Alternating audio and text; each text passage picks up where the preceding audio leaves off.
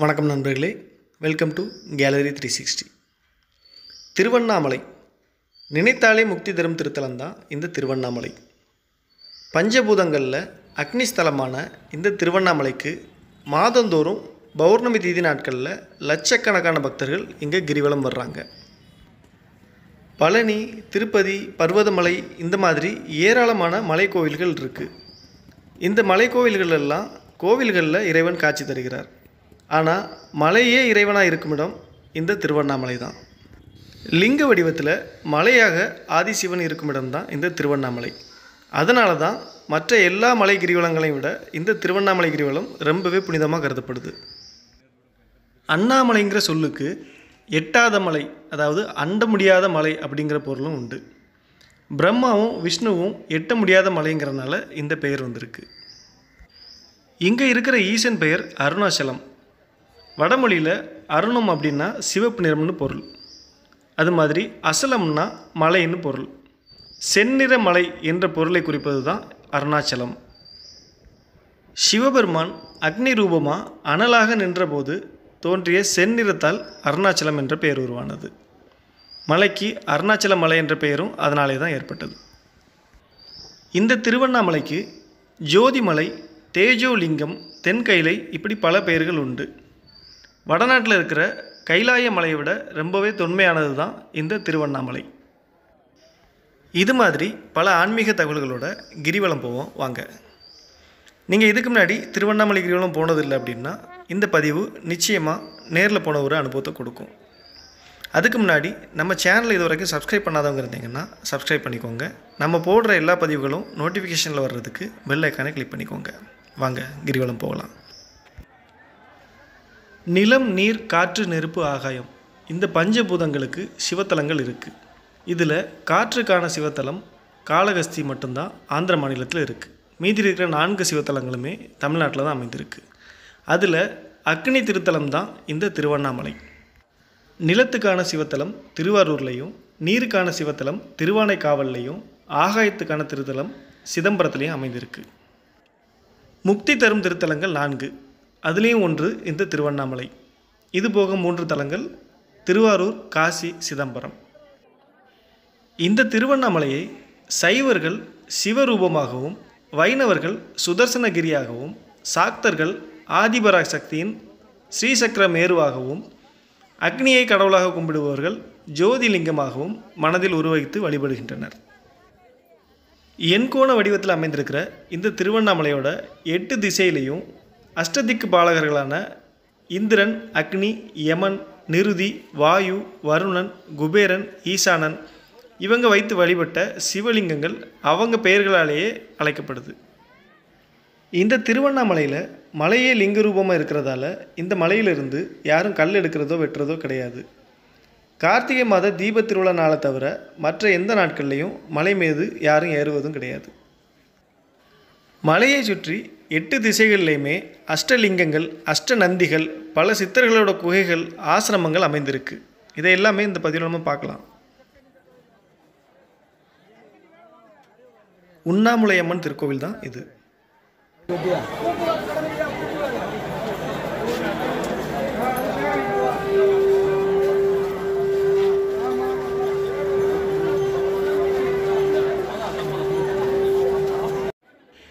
கிரிவல பாதையில் இருக்கிற அஷ்டலிங்கங்களில் முதல் லிங்கம் இந்த இந்திரலிங்கம் தான். நிறைய பக்தர்கள் கிரிவலம் போகிறது அவங்க வந்து சேர்கிற பாதையில் தொடங்கி அதிலேயே முடிச்சுட்டு போகிறாங்க. ஆனால் தெற்கு கோபுரமான ராஜகோபுரத்திலிருந்து தான் இந்த கிரிவலத்தை தொடங்கணும். அஷ்டலிங்க தரிசனத்திலையும் நாம் முதல்ல பார்க்க வேண்டியது இந்த இந்திரலிங்கம் தான். திருவண்ணாமலையில் ஆயிரக்கணக்கான ஆண்டுகளாக பல சித்தர்களும், முனிவர்களும், ரிஷிகளும் நெடுந்தவத்தில் இருக்கிறாங்க. சூக்கும உருவத்தில் இப்போதும் எண்ணிக்கையற்ற ஞானிகளும் சித்தர்களும் மலையை சுற்றியுள்ள பகுதிகளில் உலவுவதாகவும், பௌர்ணமி கிரிவலத்தில் பக்தர்கள் கூட்டத்தில் மானுட உருவத்திலேயே உலவுவதாகவும் கூறப்படுது.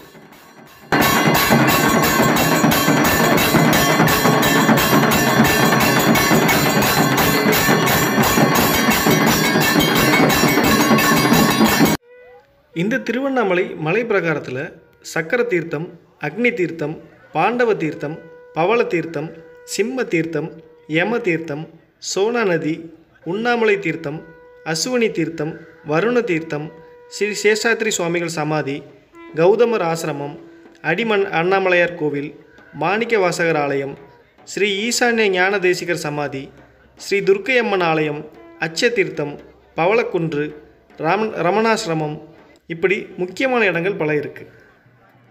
மலையோட மத்திய பகுதியில் ஸ்ரீ கந்தாசிரமம், விருப்பாட்சி குகை, சடைசாமி குகை, அருட்பால் குகை, பாத தீர்த்தம் ஆகியன இருக்குது. இந்த திருவண்ணாமலை கிருத யுகத்தில் அக்னி மலையாகவும், திரேதா யுகத்தில் ரத்ன மலையாகவும், துவாபர யுகத்தில் பொன்மலையாகவும், கலியுகத்தில் கல்மலையாகவும் காட்சி தருவதாக புராணங்கள் கூறுகின்றன. இந்த திருவண்ணாமலையிலிருந்து பல சிவத்தலங்களுக்கு செல்ல இரகசிய சுரங்கங்கள் அமைந்திருப்பதாகவும், அதை சூக்கும உலகில் உலகக்கூடியவர்களால் மட்டுமே பயன்படுத்த முடியும்னு கூறப்படுது.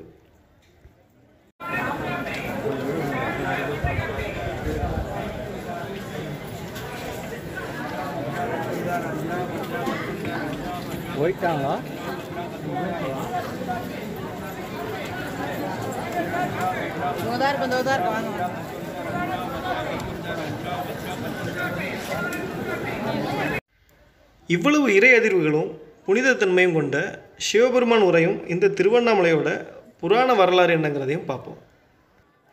பிரம்மாவுக்கும் விஷ்ணுவுக்கும் தங்களில் யார் உயர்ந்தவர் அப்படிங்கிற சந்தேகம் எழுந்துச்சு.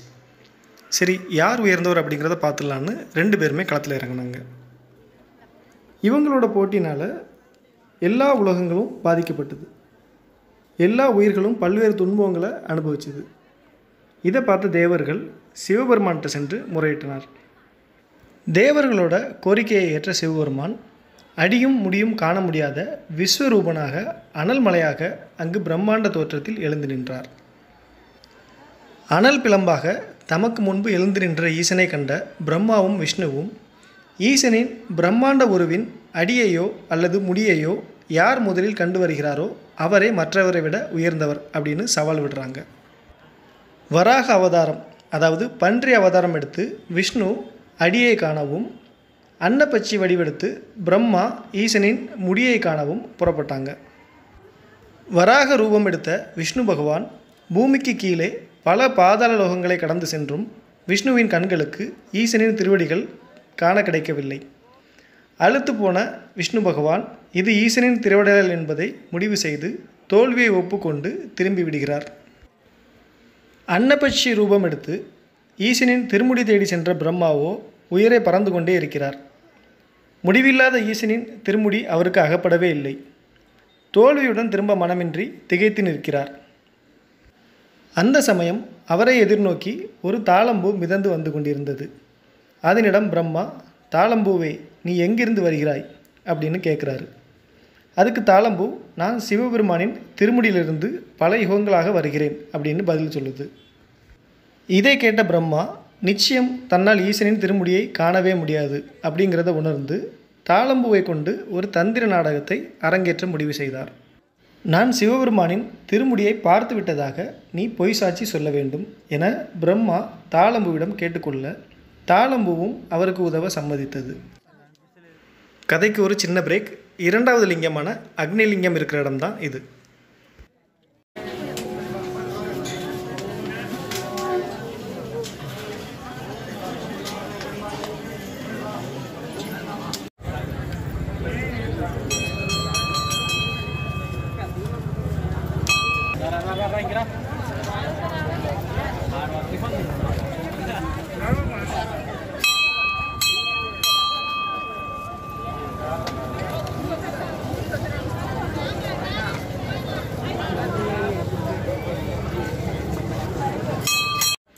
Back to story. பிரம்மா எல்லாம் வல்ல ஈசனின் திருமுடியை கண்டது உண்மை என்றும், அவருடைய திருமுடியிலிருந்து தான் தானும் பிரம்மாவும் ஒன்றாக புறப்பட்டு கீழிறங்கி வந்ததாகவும் திருவடி காணாத விஷ்ணுவிடம் தாளம்பூ பொய் சொன்னது. இதை கண்ட சிவபெருமான் அந்த பிரம்மாண்ட அனல்மனையிலிருந்து கோபத்துடன் வெளியே வந்தார். வெளியே வந்த சிவபெருமான், தாளம்பூவே நீ கூறுவது பொய். ஒரு கபட நாடகத்துக்கு உடந்தையாக பொய்யுரத்தை நீ இனி சிவபூஜைக்கு உகந்த புனித மலராக இருக்க முடியாது. உனக்குள் பூநாகம் குடி புகட்டும். அதனால் உன்னை நெருங்கவும் பறிக்கவும் மனிதர்கள் அச்சம் கொள்ள கடவது அப்படின்னு சாபம் விடுறாரு. கோபத்தில் சிவந்திருந்த அவருடைய அனல் விழிகள் அடுத்து பிரம்மாவை நோக்கி திரும்பியது. தோல்வியை ஒப்புக்கொள்ள தவறியதோடு தாளம்பூவையும் பொய்சாட்சி கூற வைத்த உன்னுடைய கபட நாடகம் ஏற்புடையதல்ல. பூலோகத்தில் இனி உனக்கு கோவில் வழிபாடு இல்லாமல் போகட்டும் அப்படின்னு சாபம் விடுறாரு. உண்மையை ஒத்துக்கொண்ட விஷ்ணுவே பிரம்மனை விட உயர்ந்தவர் என்றும் அவரே உருவ வழிபாட்டுடன் பூலோகத்தில் பல கோயில்கள் கொண்டு பக்தர்களை காக்கும் தொழிலை தொடர வேண்டும் என்றும் விஷ்ணுவை சிவபெருமான் மகிழ்ச்சியுடன் வாழ்த்தினார். பிரம்மாவும் விஷ்ணுவும் தங்களுடைய அர்த்தமற்ற தன்முனைப்பை எண்ணி வருந்தி அஞ்ஞானம் நீங்கி ஆதிசிவனை தொழுதினர். சிவபெருமானோ, நான் இங்கு லிங்க ரூப மலையாக அண்ணாமலை என்ற பெயரில் எழுந்தருள்வேன். சித்தர்களும் ரிஷிகளும் முனிவர்களும் சிறந்த தவச்சாலையாக இந்த அருணாச்சலம் விளங்கும். அனல் வடிவில் நான் இங்கு காட்சி தந்ததை நினைவு கொள்ளும் விதமாக ஆண்டுதோறும் வரும் கார்த்திகை மாதத்து பௌர்ணமி திருநாள் அன்று இம்மலையின் உச்சியில் ஒரு மகாதீபம் ஏற்றப்பட வேண்டும். அன்று என்னை தீபஜோதி வடிவில் தரிசிப்போர் அனைவரும் திருவடி முக்தி அடைவார்கள் என்று கூறி மறைகிறார் திரு அண்ணாமலையார். உடனே அந்த அக்னிமலை ஒரு சிறிய மலையாக உருமாறி அம்மலையின் அடிவாரத்தில் ஒரு லிங்கம் தோன்றியது. அந்த மலையே திருவண்ணாமலை, அந்த லிங்கமே அண்ணாமலையார். லிங்கோத்பவர் உருவான வரலாறு இதுதான். இது நடந்தது ஒரு மாசி மாதத்தின் மகா சிவராத்திரி நாள் என்று புராணங்கள் கூறுகின்றன. பௌர்ணமி நிலவின் சக்தி வாய்ந்த கதிர்வீச்சையும் இறை அலைகளையும் சாதாரண மனிதர்களால் தாங்கிக் கொள்ள இயலாது. இதனால் அருணாச்சலேஸ்வரரே தனது மலை திரிமணி மீது பால்வண்ண சந்திரனின் அமிர்த கதிர்கள் அனைத்தையும் ஈர்க்க பெற்று அதை கிரிவலம் வரும் ஒவ்வொரு பக்தரின் தேக நிலைக்கேற்ப அளிக்கிறார். பௌர்ணமி கிரிவலத்தில் நம் உடலில் ஊடுருவும் சந்திர கதிர்களின் சக்தி அற்புத ஆற்றல்களை கொண்டது. மனம் நலமாக இருந்தால்தான் உடல் நலமாக இருக்கும் என்பது மருத்துவ அறிவியலின் கூற்று. மனித குலத்தின் மன ஆற்றலை ஆளும் கிரகம் சந்திரன். புத்திகாரகன் மனோகாரகன் என்று ஜோதிட சாத்திரங்கள் குறிப்பிடும் சந்திரனின் அலைவீச்சு செய்யும் அற்புதங்களின் வெளிப்பாடே கிரிவலம் வருவதின் தாற்பயமாக உள்ளது.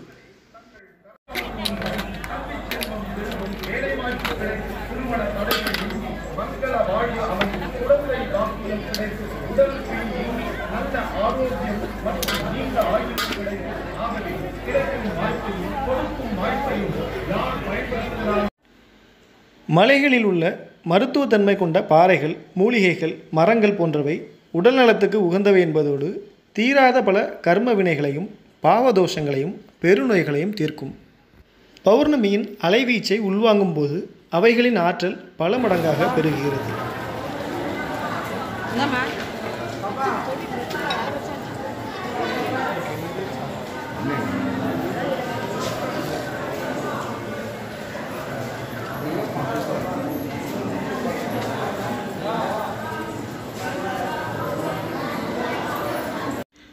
கிரிவலம் வர்ற முறையில் மொத்தம் 8 லட்சம் வகை இருப்பதாக சொல்லப்படுது. அப்படின்னா அதனோட பலன்கள் எவ்வளோ உயர்வானதாக இருக்கணும் யோசிச்சு பாருங்கள். பௌர்ணமி நாளில் மகரிஷிகளும் சித்தர்களும் யோகிகளும் தேவதைகளும் தெய்வ மூர்த்தங்களும் மக்களின் உடல் மன நலனுக்காக அவர்கள் மக்களில் மக்களாக மனித உருவெடுத்து கிரிவலம் வருவதாகவும் அதன் மூலம் தங்களுடைய அற்புத சக்திகளை வலம் வருவோருக்கு வழங்குவதாகவும் கூறப்படுகிறது. ஆண்டுக்கு ஒரு முறை கார்த்திகை பௌர்ணமி நாளன்று அருள்மிகு தட்சிணாமூர்த்தி சுவாமியே கிரிவலம் வருவதாகவும் அப்போது கிரிவலம் வருவோருக்கு ஜென்ம சாபங்களை நீக்குவதாகவும் ஒரு வழக்குண்டு. கிரிவல பாதையில் இருக்கிற அஷ்டலிங்கங்களான 8 லிங்கங்களும் அஷ்டதிக்கு பாலகர்களான 8 பேர் வழிபாடு செய்த லிங்கங்கள் அப்படிங்கிறத நம்ம ஏற்கனவே பார்த்தோம். அதில் 3வது லிங்கமான யமதர்மன் வழிபாடு செய்த யமலிங்கம் இருக்கிற இடம் தான் இது.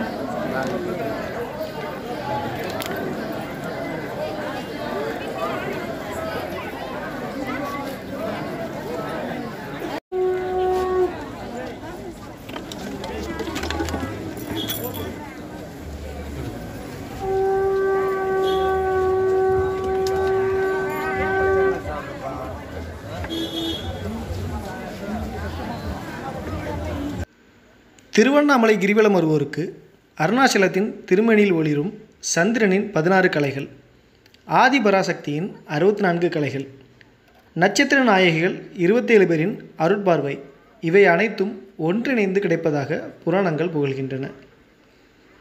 அத்திரி மகரிஷியும் அனுஷ்யா தேவியும் பல கோடி ஆண்டுகளாக திருவண்ணாமலையில் பௌர்ணமி நாளில் கிரிவலம் வருவதாக கூறுகின்றனர்.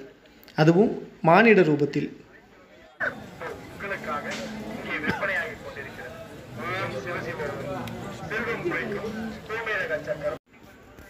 அருணாச்சலேஸ்வரர் கோயிலின் உள்ளே தெற்கு கோபுர வாசலின் அருகே உள்ள பிரம்மலிங்கத்திலிருந்து தொடங்கி கிரிவல பாதையை முறையாக வலம் வந்து இறுதியாக மீண்டும் கோயிலுக்குள் சென்று ஈசன் அருணாச்சலேஸ்வரரையும் அன்னை உண்ணாமலை அம்மையாரையும் தரிசித்து மனமுருக வணங்கி பிரார்த்தித்து நிறைவு செய்யும் கிரிவல யாத்திரை மகத்தானது. அடிக்கொரு லிங்கம் அண்ணாமலை பாதம் பட்ட இடமெல்லாம் கோடிலிங்கம் அருணாச்சலம் என சித்தர்கள் குறிப்பிடுவது சாதாரணமல்ல. திருவண்ணாமலை பௌர்ணமி கிரிவலத்தில் இன்னொரு இறை சிறப்பு என்னவென்றால், அனல் உரு திருமலையாக எழுந்து நிற்கும் ஆதிசிவனை மலைவளத்தின் ஆற்றலை மக்களுக்கு உணர்த்துவதற்கென கிரிவலம் வரும் திருக்காட்சி இந்த மலைக்கோயிலில் மட்டுமே காண கிடைக்கும். இறைவனே ஆண்டுக்கு இருமுறை இங்கு கிரிவலம் வருகிறார். கார்த்திகை மாத தீப திருவிழாவின் 13ஆம் நாள் உற்சவத்தின் போதும், கார்த்திகை தீபம் நடந்து முடிந்த 3வது நாள் உற்சவ மூர்த்திகளாகிய அண்ணாமலையாரும் உண்ணாமலை அம்மையும் கிரிவலம் வருகின்றனர். 2வது முறை தை மாதத்தில் தை 2ஆம் தேதியன்று மாட்டுப்பொங்கல் தினத்தன்று நடைபெறும் திருவூடல் உற்சவத்தில் இறைவனும் இறைவியும் கிரிவலம் வருகின்றனர். திருவண்ணாமலை கிரிவலத்தில் நாம் எடுத்து வைக்கும் முதலடி உலகையே வலம் வந்த பலனை தரும் என்றும், 2வது அடி எல்லா புண்ணிய தீர்த்தங்களிலும் நீராடிய பலனை தரும் என்றும், 3வது அடி பல வகை தானங்கள் செய்த பலனை தரும் என்றும், 4வது அடி அஷ்டாங்க யோகம் செய்த பலனை தரும் என்றும் புராணங்கள் புகழ்கின்றன. ஏராளமான சித்தர்களுக்கும் ரிஷிகளுக்கும் தவச்சாலையாக அமைந்திருக்கு இந்த திருவண்ணாமலை. நெடுங்காலம் தவம் செய்து ஜீவ சமாதி அடைந்த சித்தர்களும் ரிஷிகளும் இந்த திருவண்ணாமலையில் ஏராளம். அதில் ஒரு சில சித்தர்களோட வரலாறு என்னங்கிறதையும் இனி பார்ப்போம். இடைக்காட்டு சித்தர்.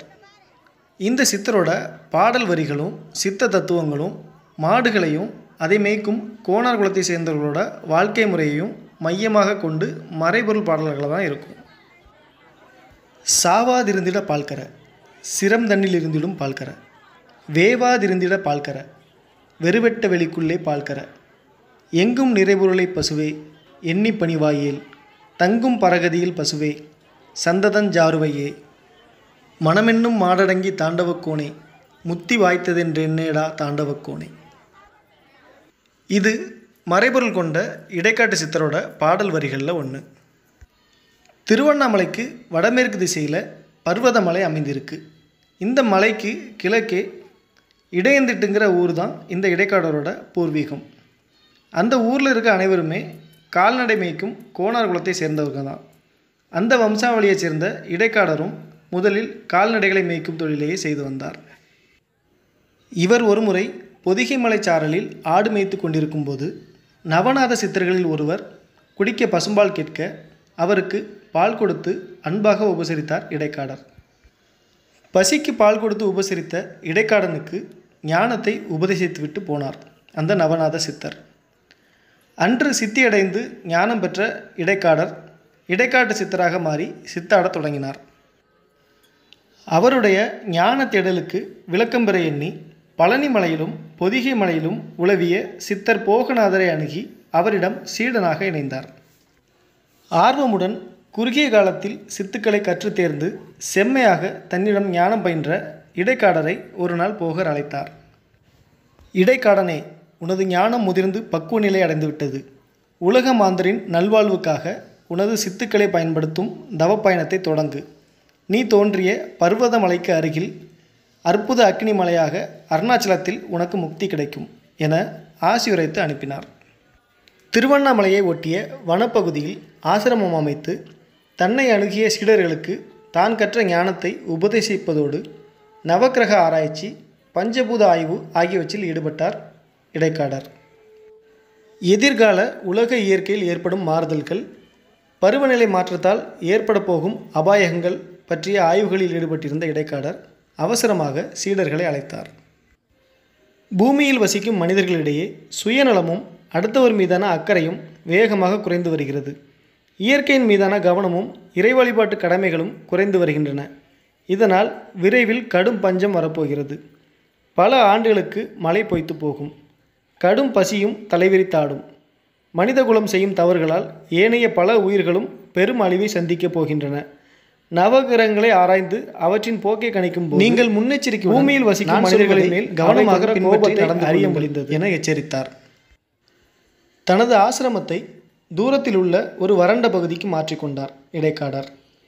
ஆசிரமத்தில் வளர்ந்த ஆட்டு மந்தையை அழைத்து கொண்டு அவரின் சீடர்கள் அந்த புதிய இடத்துக்கு வந்தனர். ஆடுகளின் மேய்ச்சலுக்கு இங்கே உரிய தீவனப் பொருட்கள் எதுவும் இல்லையே குருவே என இடைக்காடரின் சீடர்கள் சந்தேகம் எழுப்பினர். அதனால்தான் இங்கே வந்தேன். இங்கு மண்டி கிடக்கும் எருக்கஞ்செடிகளிடையே ஆடுகளை கட்டி போடுங்கள். பசியின் கொடுமையில் அவை இந்த செடிகளை உண்ண பழகிக்கொள்ளும் என்றார் தெளிவாக. சீடர்களும் குழப்பத்துடனே அவர் சொன்னபடியே செய்தார்கள். சில நாட்களிலேயே ஆடுகள் எருக்கஞ்செடிகளை உண்ண பழகி கொண்டன. அடுத்ததாக குறுந்தானியமான குறுவரகை கொண்டு வந்து மண் சேற்றுடன் பிசைந்து ஆசிரமத்தை சுற்றிலும் சுவர் எழுப்பினார். சீடர்களுக்கு இடைக்காடரின் செயல்கள் மேலும் குழப்பத்தை ஏற்படுத்தின. இடைக்காடரின் ஜோதிட கணிப்புப்படி விரைவிலேயே பஞ்சகாலம் தொடங்கிவிட்டது. மழையின்றி எல்லா உயிர்களும் வாடத் தொடங்கின. தானியங்களின் சேமிப்பு கரைந்து உண்ண உணவின்றி மக்கள் பசி பட்டினியால் துன்புற்றனர். பூமியில் உயிர்கள் நீரின்றி அனுபவிக்கும் துன்பத்தை கண்டு நவகிரகங்கள் எண்ணி நகையாடின.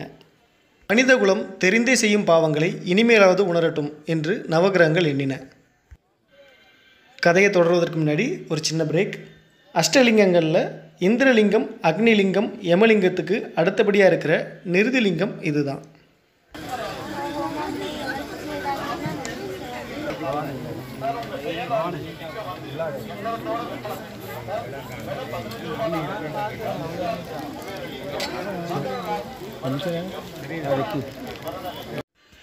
திரும்ப கதைக்கு வருவோம். பூமி எங்கும் பஞ்சமும் வறட்சியும் தாண்டவமாட இடைக்காடரின் ஆசிரம பகுதியில் ஓர் அதிசயம் நிகழ்ந்தது. தீவன செடியின்றி ஆடு மாடு உள்ளிட்ட எல்லா விலங்குகளும் அழிந்து கொண்டிருக்க, இடைக்காடரின் ஆசிரமத்தில் வளர்ந்த ஆடுகளோ எந்த கவலையுமின்றி எருக்கஞ்செடிகளை தின்றபடி நலமாக நடமாடிக்கொண்டிருந்தன. எருக்கஞ்செடிகளை தின்றபடி நடமாடிய ஆடுகள் உடலில் அரிப்பெடுக்க, அரிப்பை நீக்க அவை ஆசிரம சுவர்களில் உடம்பை தேய்க்க தொடங்கின. ஆடுகள் மண் சுவற்றில் உடல்களை உரசி தேய்க்க, சுவர் மண்ணில் ஒட்டியிருந்த குறுவரகு தானியங்கள் உதிரத் தொடங்கின. அதை கஞ்சி காய்ச்சி குடித்துவிட்டு தன் சீடர்களுக்கு கொடுத்து பஞ்சகாலத்தை ஒருவாக பசியின்றி சமாளித்து கொண்டிருந்தார் இடைக்காடர். ஆடுகளுக்கு எருக்கஞ்செடி போட்டு வளர்த்த காரணத்தையும் மண் சுவற்றில் குறுவரகு தானியத்தை சேர்த்து பிசைந்த காரணத்தையும் அப்போதுதான் சீடர்கள் புரிந்து கொண்டனர். இடைக்காடரும் அவர் சீடர்களும் அவர் வளர்க்கும் ஆடுகளும் மட்டும் பஞ்சகாலத்தின் கொடுமைகளிலிருந்து தப்பித்து அமைதியாக வாழ்ந்திருப்பதைக் கண்டு அனைவரும் ஆச்சரியப்பட்டனர். இந்த செய்தி நவகிரகங்களையும் எட்டியது. பஞ்சகாலத்தை போக்க சித்தர் இடைக்காடர் என்ன மாயம் செய்தார் என்பதை அறிய நவகிரக நாயகர்கள் 9 பேரும் நேராக அவர் ஆசிரமத்துக்கே திடீரென வருகை தந்தனர். அவர்களை கண்டு மகிழ்ந்த இடைக்காடர் வணங்கிவிட்டு, பிறந்த நேரத்தின் துணை கொண்டு மனிதர்களை ஆட்டுவிக்கும் ஜோதிட நாயர்களே வணக்கம். இந்த எளியோனின் ஆசிரம குடிலுக்கு நீவீர் வருகை தந்ததில் மகிழ்ச்சி அடைகிறேன். ஆனால் இந்த பஞ்சகாலத்தில் விருந்தளித்து உபசரிக்க என் ஆசிரமத்தில் குறுவரக அடையும் ஆட்டுப்பாலும் தவிர எதுவும் இல்லை. மன்னித்து இந்த சிறு உணவை ஏற்று புசிக்க வேண்டும் என்று பணிவன்போடு கோரிக்கை விடுத்தார். அவருடைய அன்பும் ஞானமும் அறிந்த நவக்கிரகங்களும் மகிழ்ச்சியுடன் குறுவரக அடையையும் ஆட்டுப்பாலையும் சுவைத்து உண்டனர். சிறிது நேரத்திலேயே ஆசிரம குடிலுக்குள் மயங்கி சரிந்தனர். இடைக்காடரின் சீடர்கள் அதை பார்த்து பதறினர். இடைக்காடரோ புன்முறுவலுடன் அமைதியாக இருக்கும்படி அவர்களை பார்த்து செய்கை செய்தார். ஒவ்வொரு கோல் நாயகனாக 9 பேரையும் தலையையும் காலையையும் திசை மாற்றி நிதானமாக படுக்க வைத்தார். அவருடைய சீடர்கள் வியப்புடன் அந்த காட்சியை கண்டு திகைத்து நின்றனர்.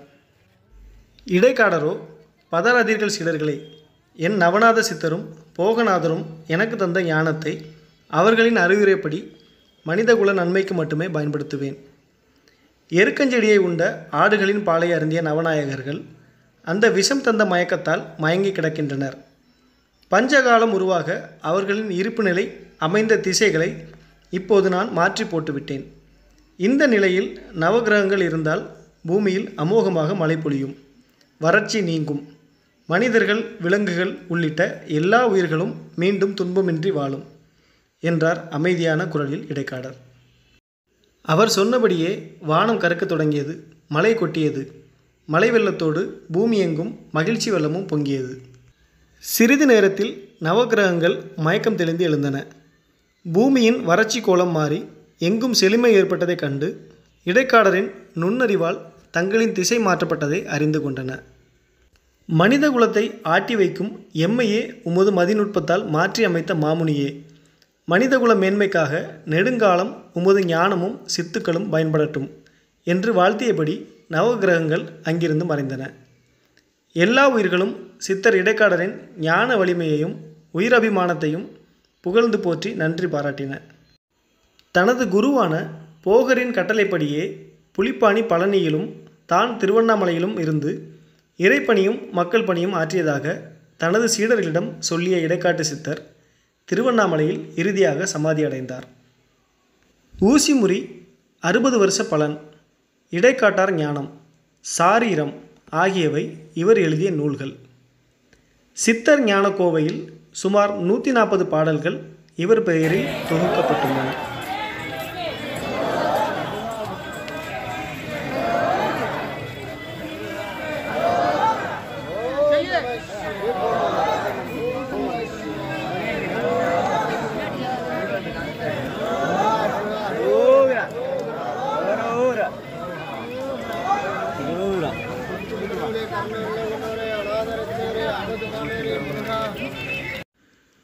அடுத்ததா அருணகிரிநாதரோட வரலாறை பார்ப்போம். திருப்புகழ் படைத்ததன் மூலம் சைவ இலக்கியத்தில் நீங்கா புகழ் பெற்ற கவிசித்தர் அருணகிரிநாதர். இவர் பிறந்ததும் சித்தி அடைந்ததும் திருவண்ணாமலையிலே தான். பல காலம் காவிரி பூம்பட்டினத்தில் வாழ்ந்திருக்கிறார். இவரின் பெற்றோர் திருவெங்காட்டார் முத்தம்மை. சிறு வயதில் கல்வியிலும் இலக்கண இலக்கியங்களிலும் நுட்பமாக தேர்ச்சி பெற்ற அருணகிரியின் இளமை பருவத்தில் விதி விளையாடியது. முன்னை பாவமே என்னை சிதைத்ததோ என்பது போல அவர் திசை தெரியாது கீழ்த்தரமான செயல்களில் ஈடுபாடு கொண்டார். அழகிய இளம்பெண்ணை மணந்தும் அவளுடன் இல்லறம் நடத்தாமல் விலை மகளிரின் சகவாசம் கொண்டார். கொஞ்சம் கொஞ்சமாக சொத்துக்களை இழந்தார். பெருநோய் அவரை தீண்டியது. நோய்பட்ட அருணகிரியை விலைமகளிரும் வெறுத்து ஒதுக்கி ஓடினர். நோயுடலும் கீழ் எண்ணமும் கொண்ட அவரை குடும்பமும் ஒதுக்கி வீட்டை விட்டு வெளியேற்றியது. அருணகிரி காவிரி பூம்பட்டினத்திலிருந்து ஒரு பைத்தியக்காரனாகவும் பெருநோயாளியாகவும் தன்னை ஈன்ற மண்ணான திருவண்ணாமலையை நோக்கி மீண்டும் நடந்தார். வழியில் ஒரு தள்ளாடும் முதிய வழிப்போக்கரை ஒரு சத்திரத்தில் சந்தித்தார். குன்று இருக்கும் இடமெல்லாம் இருக்கும் குமரக்கடவுளின் பெருமைகளை அவர் அருணகிரிக்கு எடுத்துரைத்தார். சரவணபவ எனும் 6 எழுத்து மந்திரத்தின் மகத்துவங்களை விளக்கிச் சொன்னார். உன்னிடமுள்ள இன்தமிழால் குமரனை போற்றி மறுவாழ்வு வாழ வேண்டிய தருணம் உனக்கு வந்துவிட்டது. அண்ணாமலையானையும் பழனி மலையானையும் பற்றிக்கொள். உன் முற்பிறவி வினைகள் விலகி திருமுருகனை பாடி நீ நிலைத்த திருப்புகழ் பெறுவாய் என்று சொல்லிவிட்டு செல்கிறார்.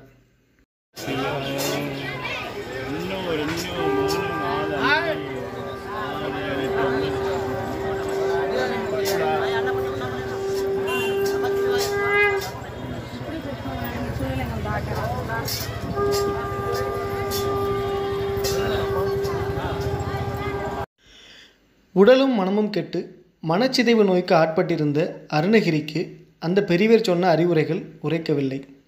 அந்த பெரியவரின் உருவில் அருணகிரியை ஆட்கொண்டவர் அருணாச்சலேஸ்வரர் என்றும் குமரக்கடவுள் என்றும் சொல்கின்றனர்.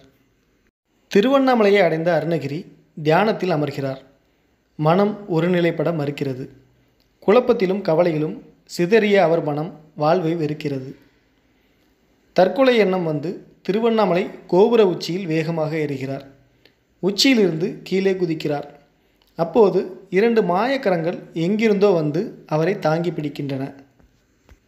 வியப்புடன் அந்த கருணை கரங்களுக்குரிய உருவத்தை அருணகிரி பார்க்கிறார். அவர் குமர கடவுளான திருமுருகன். ஞான ஒளி வீச மயில் மீது அழகனாக முருகன் சிரித்தபடி இருக்கும் காட்சியை கண்டு அருணகிரிக்கு மெய் சிலிர்க்கிறது, வாய் தழுதழுக்கிறது. அருணகிரியே, இன்று உனக்கு இப்பிறவிலேயே இன்னொரு புதுப்பிறவியை தந்தேன், ஏற்றுக்கொண்டு புது வாழ்வை தொடங்கு என்று கூறிய முருகன் தன் கைவேலால் அருணகிரியின் நாவில் சரவண பவ என எழுதுகிறார். அருணகிரியின் சித்தம் தெளிகிறது. குமரனின் திருவுளத்தால் யோக மார்க்கமும் மெய்ஞானமும் அவருக்கு சித்திக்கிறது. அருணகிரி எனும் பெண் பித்தன் மறைந்து அருணகிரிநாதர் எனும் கவிச்சித்தர் தோன்றுகிறார். குமர கடவுளே, குன்றேறும் பெருமானே, என்னை ஆட்கொண்டதற்கு நன்றி கடனாக இப்பிறவி முழுவதும் உன்னை பாடி பணிய தயாராகிவிட்டேன். ஆனாலும் நான் எப்படி பாடல் புனைவது என்பதை அறிய முடியவில்லையே ஐயா என்று அருணகிரி புலம்புகிறார்.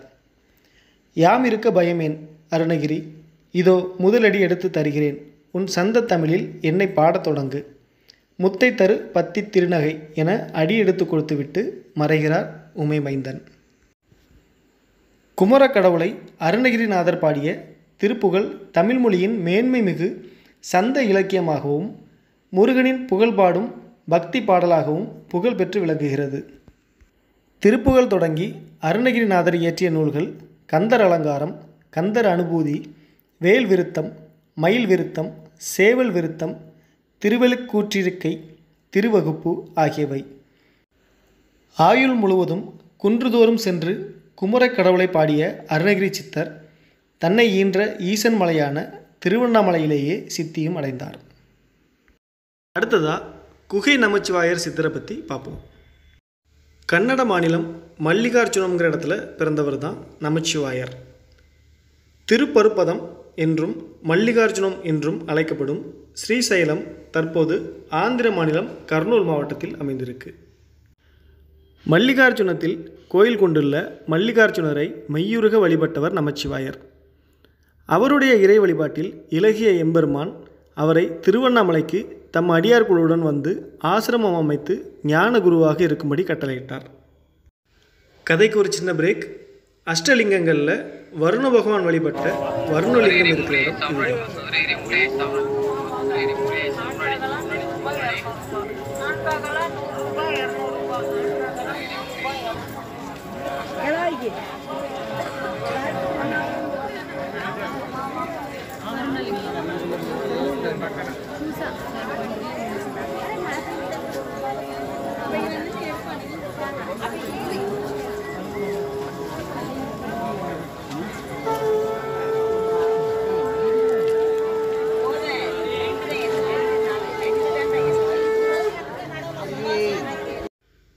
Back to story. ஈசனின் கட்டளையை ஏற்ற நமச்சிவாயர் திருவண்ணாமலை நோக்கி புறப்பட்டார். திருவண்ணாமலை வரும் வழியில் பூவிருந்த வள்ளி எனும் இடத்தில் இளைப்பாற ஒரு சத்திரத்தில் தங்கினார். அவருடைய சீடர்கள் அங்கிருந்த நந்தவனத்திலிருந்து நமச்சிவாயர் பூஜை செய்வதற்காக பூக்களை பறித்தனர். அப்பகுதியில் காவலுக்கு இருந்த அரசாங்க காவலர்கள் சீடர்களிடம் எப்படி அனுமதியின்றி பூக்களை பறித்தீர்கள் என பூசலை ஏற்படுத்த அடியவர்கள் தங்கள் குருநாதர் நமச்சிவாயரின் சிவபூஜைக்காகவே மலர்களை பறித்ததாக கூறினார்கள். அச்சமயம் சச்சரவு அறிந்து அங்கு வந்த நமச்சிவாயரும் காவலர்களின் சோதனைக்கு உட்படுத்தப்பட்டார். அப்போது இறைவனுக்கு சாத்தப்பட்ட மலர் மாலை நமச்சிவாயரின் கழுத்தில் வந்து விழுந்தது. மன்னர் வீரசாரங்கனின் செவிகளுக்கு இந்த செய்தி சென்று சேர்ந்தது. மன்னரோ மேலும் ஒரு விபரீத சோதனைக்கு நமச்சிவாயரையும் அவரது அடியார்களையும் உட்படுத்தினான். பழுக்க காய்ச்சிய இரும்பை கைகளில் பற்றியவாறு சிவனே சிறந்த தெய்வம், சைவ சமயமே சிறந்த சமயம் என சொல்ல முடியுமா என கேட்டான். சட்டென பழுக்க காய்ச்சிய இரும்பை கையால் பிடுங்கி இறுக பற்றியவாறு நமச்சிவாயரின் சீடர் விருப்பாச்சி தேவர் சிவனே சிறந்த தெய்வம், சைவ சமயமே சிறந்த சமயம் என கூறினார். நமச்சிவாயருக்கு அடிபணிந்த அரசன் உரிய மரியாதையோடு அவரையும் அவரது அடியார்களையும் திருவண்ணாமலைக்கு அனுப்பி வைத்தான். நமச்சிவாயர் தமது அடியார்களுடன் திருவண்ணாமலையை வந்தடைந்தார். அவரும் அவரது அடியார்களும் நீராட சிவனின் அருளால் திருமுலைப்பால் தீர்த்தம், அருட்பால் தீர்த்தம், சங்கு தீர்த்தம், பாத தீர்த்தம் என்ற 4 தீர்த்தங்கள் சுயம்புவாக தோன்றின. மலையிடையே இருந்த ஒரு குகைக்குள் சென்று தவம் இருக்க தொடங்கினார் நமச்சிவாயர். இறைவனின் திருக்கட்டளையால் நமச்சிவாயர் மலை குகைக்கு வந்த பின் குகை நமச்சிவாயர் என்று அழைக்கப்பட்டார். அஷ்டலிங்கங்களில் வாயுலிங்கம் இருக்கிற இடம் இதுதான்.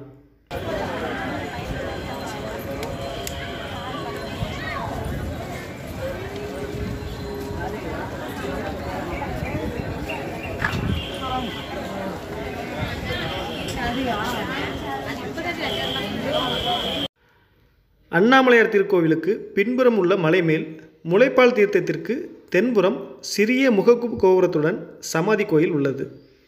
ஒரு குறுகிய வழிக்குள் சிறிது தூரம் சென்றால் அங்கு லிங்க வடிவில் குகை நமச்சிவாயரின் ஜீவ சமாதியை காணலாம். அடுத்ததாக விருப்பாச்சி தேவர் சித்தரை பற்றி பார்ப்போம். சிவபெருமானின் உத்தரவை ஏற்று மல்லிகார்ஜுனத்திலிருந்து குகை நமச்சிவாயர் திருவண்ணாமலைக்கு வந்தபோது அவரது தலைமை மாணவராக வந்தவரே விருப்பாச்சி தேவர்.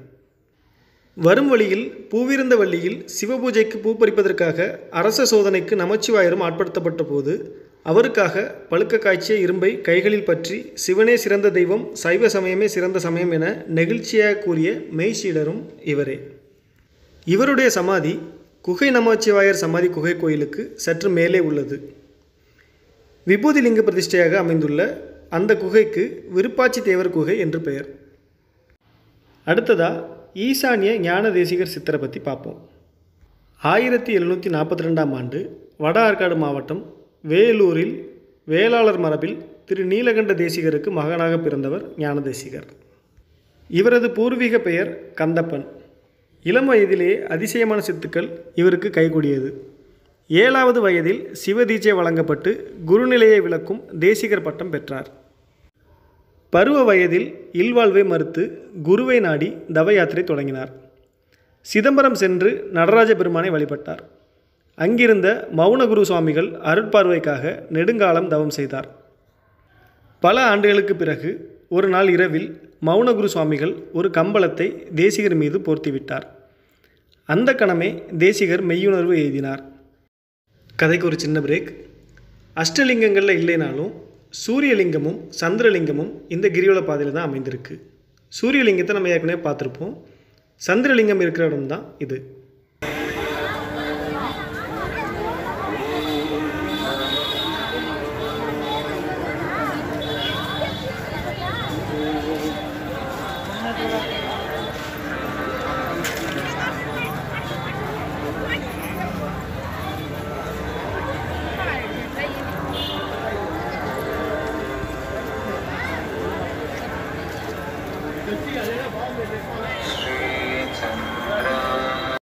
ஞானதேசிகரோட கதையை தொடர்வோம். மெய்யுணர்வு எய்திய ஞானதேசிகர் துறவிகளுக்குரிய யோகப்பட்டை, தண்டம், கமண்டலம் தரித்து மௌனகுருவிடம் விடைபெற்று தல யாத்திரை புறப்பட்டார். திருவாரூர் சென்று குருபிரம்மம் ஸ்ரீ தட்சிணாமூர்த்தி சுவாமிகளுடன் சிறிது காலம் தங்கியிருந்தார். அதன் பிறகு நாகப்பட்டினம் அருகே உள்ள பொருள் வைத்த சேரி, இப்போ பொறவாச்சேரின்னு அழைக்கப்படுற அந்த ஊரில் இருந்த மகா ஞானியரான உகந்த லிங்க ஞானதேசிகரிடம் சில காலம் இருந்து ஞானம் யோகம் பயின்றார். அதற்கு பிறகு விழுப்புரம் அருகே உள்ள வேட்டவளத்தைச் சேர்ந்த பாக்கத்து மலையில் ஒரு குகையில் தவம் செய்ய தொடங்கினார். ஒரு சின்ன பிரேக். அஷ்டலிங்கங்களில் குபேரலிங்கம் இருக்கிற இடம் இதுதான்.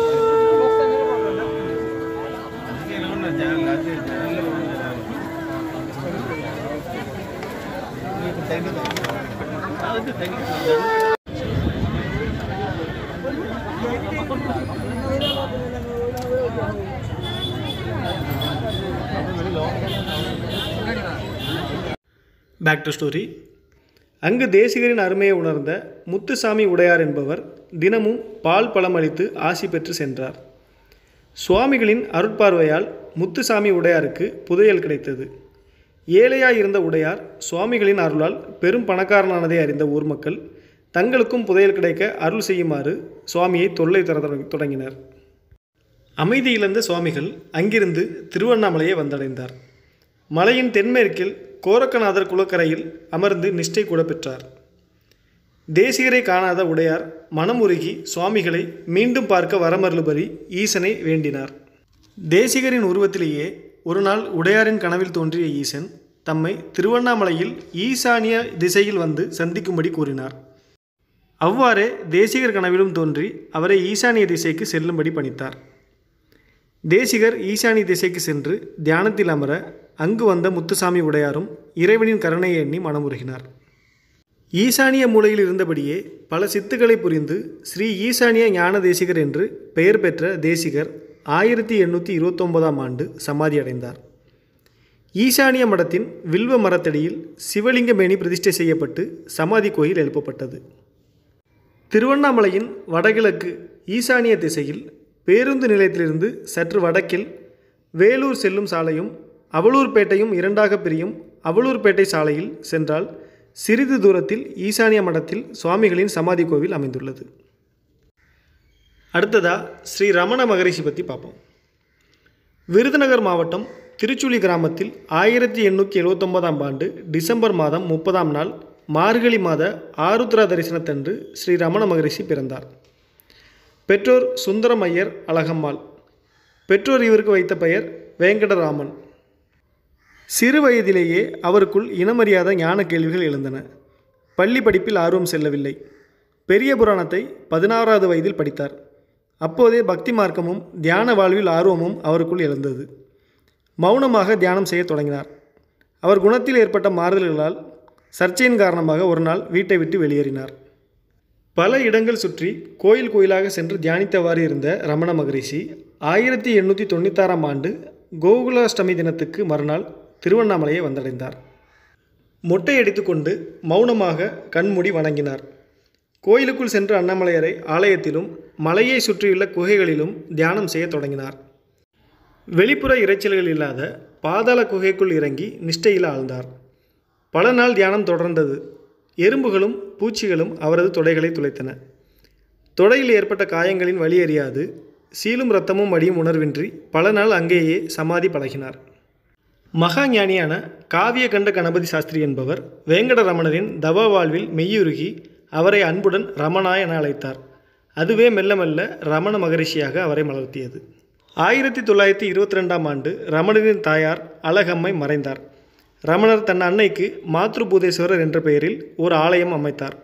பிற்காலத்தில் இந்தியாவின் மிகப்பெரிய தவச்சாலையாக அங்கு உருவானதுதான் ரமணாசிரமம்.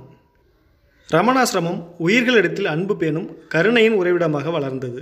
ரமணர் மயில், குரங்கு, நாய், பசு, மாடுகள் என வாயில்லா ஜீவராசியிடம் மிகுந்த அன்பு கொண்டு அவைகளை பராமரித்தார். அவைகளும் அவர் மீது தீராத அன்புடன் பழகின. தாவர உயிர்களும் அவற்றுள் அடக்கும். அண்ணாமலையின் அருள் பெற்ற தவச்சீலராக 50 ஆண்டுகள் ரமணர் என்னும் தியான பேரொளி திருவண்ணாமலையில் சுடர்ந்தது. 1950ஆம் ஆண்டு ஏப்ரல் 14ஆம் நாள் பரிபூர்ண நிலையை அடைந்தார். அந்த தருணத்தில் ஒரு பெரிய எரி நட்சத்திரம் வானில் ஒளிர்ந்து மறைந்ததை பலரும் கண்ணுற்று பரவசம் அடைந்தனர். ரமணாசிரமத்திலேயே அவரது திவ்ய தேகம் சமாதி செய்யப்பட்டது. பகவான் ரமண மகரிஷி கடைசியாக சொன்ன வாசகமான "நான் எங்கே போக முடியும், இங்கேதான் இருக்கிறேன்" என்ற வாசகத்திற்கேற்ப இப்போதும் தனது மெய்யன்பர்களுக்கு ஆசி வழங்கியபடியே உள்ளார். அஷ்டலிங்கங்களில் 8வது லிங்கம் தான் இந்த ஈசானிய லிங்கம். இதுபோக ஸ்ரீ சேஷாத்ரி சுவாமிகள், யோகி ராம் சுரத்குமார், குரு நமச்சிவாயர், தெய்வ சிகாமணி, தேசிக பரமாச்சாரிய சுவாமிகள், பாணிபத்ர சுவாமிகள், மங்கையர்க்கரசி அம்மையார், சோணாச்சலத்தேவர், ஞானப்பிரகாசர், வீரண வராக்கிய மூர்த்தி சுவாமிகள், சர்க்குரு சுவாமிகள், தட்சிணாமூர்த்தி சுவாமிகள், அம்மணி அம்மையார், அண்ணாமலை சுவாமிகள், பழனி சுவாமிகள், அப்பைய தீட்சிதர், ஆதி சிவபிரகாசர், ஞானியார் அடிகள், தம்புரான் சுவாமிகள், வண்ணச்சரபம் தண்டபாணி சுவாமிகள், காரியனூர் நடேச சுவாமிகள், சிவா சுவாமிகள், இறை சுவாமிகள், இசக்கி சுவாமிகள், அழகானந்த அடிகள், ராமலிங்கர், சடைச்சாமிகள், குமாரசாமி பண்டாரம், பத்ராச்சல சுவாமிகள், சடைச்சி அம்மாள், சோனாச்சல பாரதியார், மாங்கொட்டை சித்தர், அடிமுடி சித்தர், பட்டணத்து சுவாமிகள், பிரம்மானந்த சுவாமிகள், லட்சுமண சுவாமிகள், இப்படி ஏராளமான மெய்ஞானிகள் அண்ணாமலையாரின் அருளாசியுடன் இன்னும் சூக்கும ரூபத்தில் வாழ்ந்து வருகின்றனர். இப்படி பல்வேறு சிறப்புகளை கொண்ட திருவண்ணாமலை கடல் மட்டத்திலிருந்து 167 மீட்டர் உயரத்தில் அமைந்துள்ளது. இந்த மலையோட உயரம் 2665 அடி. இந்த திருவண்ணாமலையோட கிரிவல பாதை தூரம் 14 கிலோமீட்டர். நண்பர்களே, இந்த பதிவு பிடிச்சிருந்தா லைக் பண்ணுங்கள், அப்படியே உங்கள் நண்பர்களுக்கும் ஷேர் பண்ணுங்கள். இது மாதிரி எந்த கோயில் பற்றின பதிவு போடணுங்கிறத கமெண்ட்ஸில் சொல்லுங்கள். நம்ம சேனலில் இது வரைக்கும் சப்ஸ்கிரைப் பண்ணாதவங்க இருந்தீங்கன்னா சப்ஸ்கிரைப் பண்ணிக்கோங்க. நன்றி. கேலரி 360க்காக குமரியிலிருந்து சுப்புராஜ்.